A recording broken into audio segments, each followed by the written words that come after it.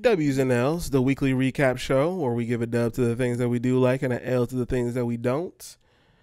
I'll go first. Let's get it. Brandi Davis, principal of the I Promise School, started by none other than LeBron James and the LeBron James Family Foundation. I think about 8 days ago, it came out that she has resigned from the I Promise School because of allegations that she slapped a student. Apparently, according to, said police report, the kid said something along the lines of someone shit in the toilet. And so she slapped him for it. Which originally, that part of the story hadn't come out. Nobody knew exactly why she did it. It was just that she had, attacked a student. Now that the news had come out that she did it because he said someone shit in the toilet, I mean, there's really no real justification for as a principal, for hitting the kid. It's really nothing she can say if she hit him. Like, it's kind of over with after that. That's as is, but even badass kids, you know what I'm saying? I do too, but they're also not your kids, so you can't. Yeah, you can't cross that line, especially as an educator. Especially working for that man's school. Let's put it in perspective as well. Like, none of this is gonna fly because he can't afford to take that weight for you. So, better for him to just separate himself from you immediately. Yeah. Oh, 1,000%. Zero shot of getting away with that. It sucks because you don't really want to hear any kind of negative thing come out of that. I think recently they were heralded for doing really well for these kids. They still should be. This is not an example. This is, look, I don't know. I wasn't there. I don't even know this lady. But a teacher going too far on their discipline doesn't now then tell me that that's not a school where my child can be educated. Like principal, excuse me. Yeah. So. And it should be noted that these are all allegations, but considering she resigned, it doesn't look good. Yeah. That's all I'll say. I was thinking about doing, an actual review for this whole event. It was a dope event. Shout out to the URL, another battle rap event. But I just want to give an L to New Jersey Twerk. He ended up battling Sue Surf yesterday, and choked again. What? Choked in, no! I think, every round. No! What y'all doing? What y'all doing? This funeral for easy like Sunday morning. What y'all...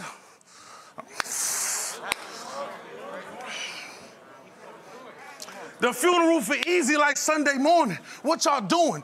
Which sucked because Surf did so well. All right, y'all. Well, expect New Jersey Twerk to go the route of Ronda Rousey now. It's a mental thing. He just got to retire. No, it was literally like not besides the choking, the actual choking, he was literally up there stuttering and stumbling through his rounds. It was so hard to watch.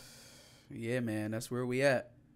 That is where we at. Like when you see that paper tiger take its first loss and then you can't come back from it. And that's not even the first one. Like now it is the point to where New Jersey Twerk is known for choking. That is part of his. That's part of who he is as a battle rapper. Like, you got it on you. Probably your biggest battle of 2021, and you fumbled it. You fumbled a potential classic. Like, yeah, I'm done with bro for a little while. Plus, I don't even think there's that many matchups for him to take anymore. He's taken a lot of the big ones that I would want to see. Choke. Because at least the greats would be able to tell you, like, I never lost. Like, we done split some rounds, or, you ask 10 people, 5 will say I won, 5 will say he won. No, Twerk, you have several losses. Yeah. Several definitive losses that you can't really live down because you... Ugh. I would want to see him versus Hitman Holla if he did well in this battle. But if I think he's just going to choke again... What's the point? I don't want to see it, dog. I'm not going to waste that. So, yeah, you get an L for sure. It's unfortunate, but it is what it is. The next L I am going to give goes out to none other than Marcus's homeboy, Lil Durk. My homeboy. Your homeboy, Lil Durk. So, apparently, Lil Durk dropped a song with a country singer by the name of Morgan Wallen. Because of course he did. Morgan Wallen said the N-word on the track. No, not on the track, but he's a N-word user. Take care of this pussy. Hey, actually, hey, y'all too? Yeah. Hey, take care of this pussy ass motherfucker. Oh, fuck. Hey, Gracie, take care of this pussy ass nigga. And Lil Durk decided to drop a song with him. I think that's kind of deserving of an L. Maybe I he would didn't say. Maybe, but then watch who you're working with outside of the industry. Especially when you're going on a run. Somebody probably set that shit up. I think somebody from the label probably set it up. It was like, hey, we got something fun for you to do. You want to go see a country singer? I think it's weird that, you know, if you are on a supposed run, at least as of features, check who you're doing the features with, bro. Everybody's not that calculated. He just showed up, bro. Yeah. He just showed up. No, that's a fact. My last L goes to none other than esteemed previous head coach of the Ohio State Buckeyes and since tarnished head coach of the Jacksonville Jaguars, Urban Meyer. Dog. Can somebody explain to me kicking the kicker? Wow. Like, it was bad enough with the whole kicking the kicker, making all of the assistant coaches come in and justify their resumes. Yeah, asking them, are they winners? It was bad enough with staying in Columbus and, you know, putting your hands where they shouldn't be. It was already bad enough with that. But look, then, you know, all the other stories that are coming to light, dog. Okay, so full disclosure, not a fan, right? For obvious reasons. Full disclosure, a fan of Urban with the Buckeyes. For obvious reasons. But I think just looking at this objectively, right? Urban Meyer has had a little bit of stink everywhere he goes. It's been like that in Florida. It was that way at Ohio State. It's like that at the Jacksonville Jaguars. So it's kind of a little bit of a pattern. Yeah. However, we have never seen this concentrated amount of press for him until he went to the NFL. Which leads me to believe that he pissed somebody off. He pissed someone off that he probably shouldn't have pissed off, and he's seeing the repercussions of it. Because, again, even when he got in trouble at Ohio State, it was only then that people were talking negatively about Urban Meyer. You never heard any bad news about Urban Meyer, even here in Columbus, locally. Yep. It's just not a thing that used to come up. And so for them to find him here with some random woman, right, it does let me believe that he probably pissed somebody the fuck off. It just makes sense. Yeah. Now, just to get to the real of it, though, yeah, man, just a total and utter flame out. Agreed. A complete flame out. Like 2 wins, 2-11, I think they were. Something nuts. Yeah. Like, you got guys like Marvin Jones coming out talking about you. Like, it's just not, none of this is good. The players don't like you. The coaches don't like you. You got scandals going on all over the place. Yeah. This is like the NFL Coach O. Only the players loved Coach O. So, yeah. Yep. Oh, man. Yeah. Total fucking flame out.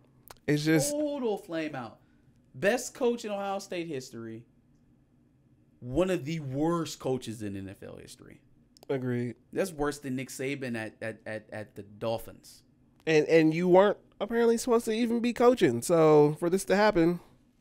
Because I thought you had heart problems, fam. You know? What happened to your heart problems? They about to pop the fuck back up for a year until another college job pop up. Yeah. Oh, my heart.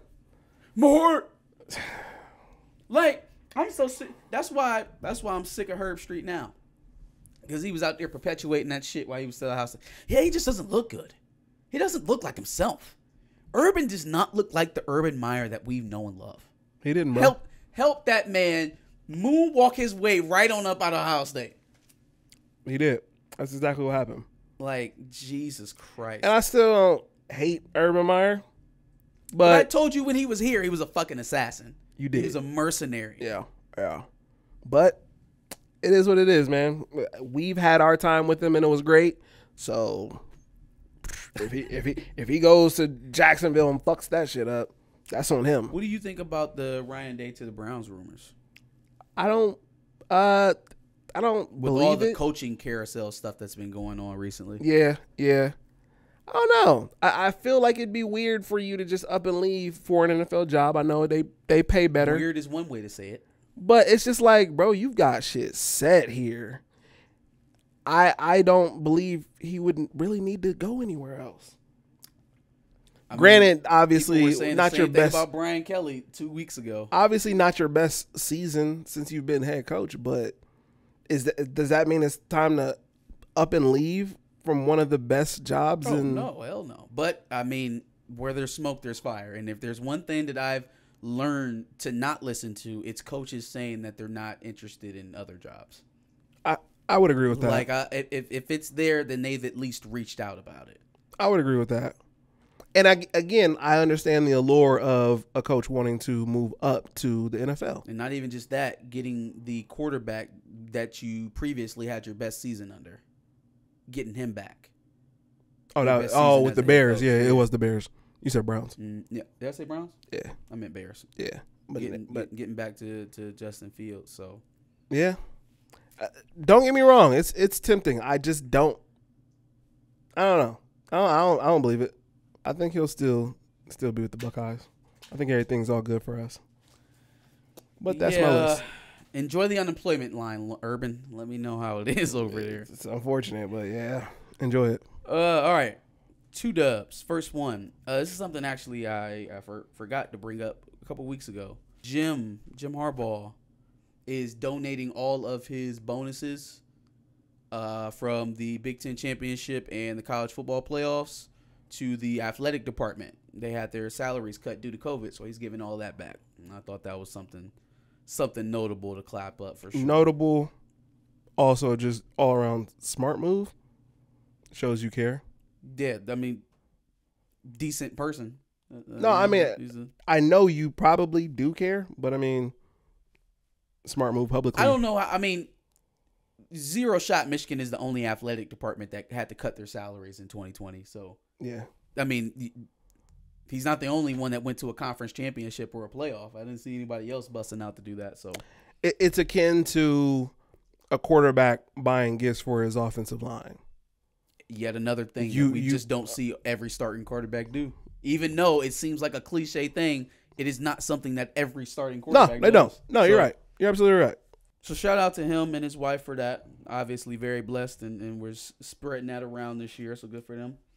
Travis Hunter, the nation's #1 high school recruit, decommits from Florida State and goes to Jacksonville State with Coach Prime. Jackson State with Coach Prime. That's huge.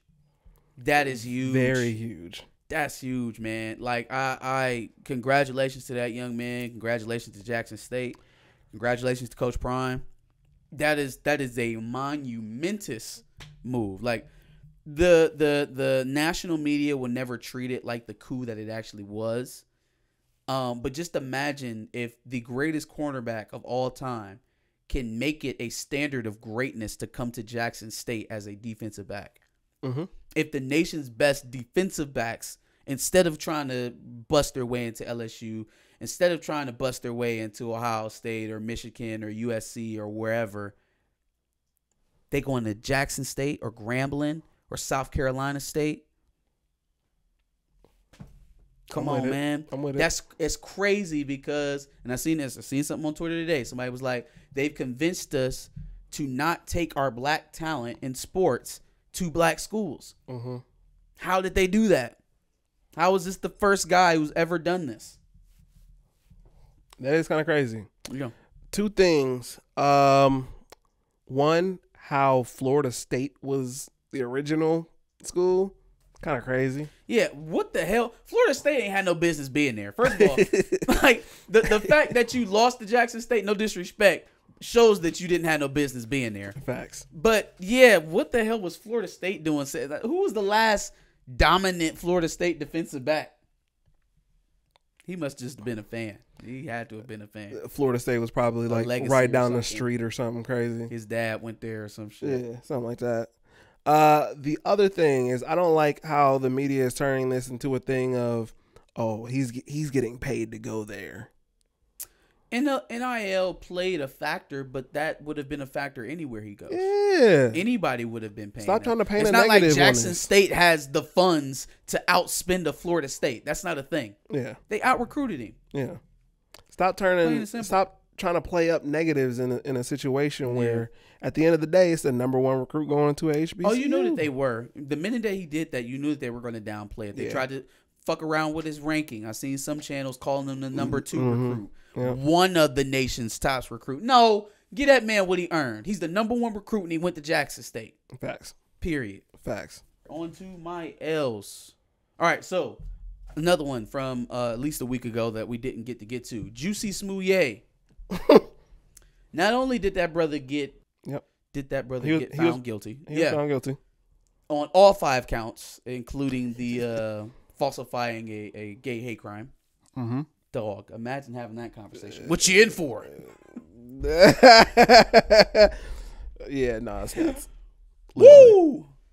But the grossest part of that to me was him getting up there and doing his best 6ix9ine edition. Yep. Like, bro, imagine reaching your hand out to a friend and giving them some information that they're not supposed to know so that they can help form a defense. And then later on having that man implicate you in court. That's open nuts. court. Nope. Yeah, Don Lemon, you got to choose your friends more wisely, fam. That's a choose fact. your friends more wisely. The craziest part about that is that that's literally why they just fired Chris Cuomo. He's suing them for $18 million. How the hell is Don Lemon still working there? You fired a man for using his media access to protect his brother. And he's now suing you. You have another lead anchor who is currently doing the news every night, who someone testified, a convicted criminal testified in court that he used his media access to protect Juicy. Do you think it would be because if CNN got rid of Don Lemon, he could twist it around and say it's because he's black? Or they don't want to get rid of him because he's black? They're protected in that because they fired the white guy first. The only way that's going to fuck them is when they go to deliberate and they're like, hey, you have another guy on your staff who was proven to do the same exact thing. Okay. Who has not been fired or reprimanded. Do you think Don Lemon is more popular than Chris Cuomo?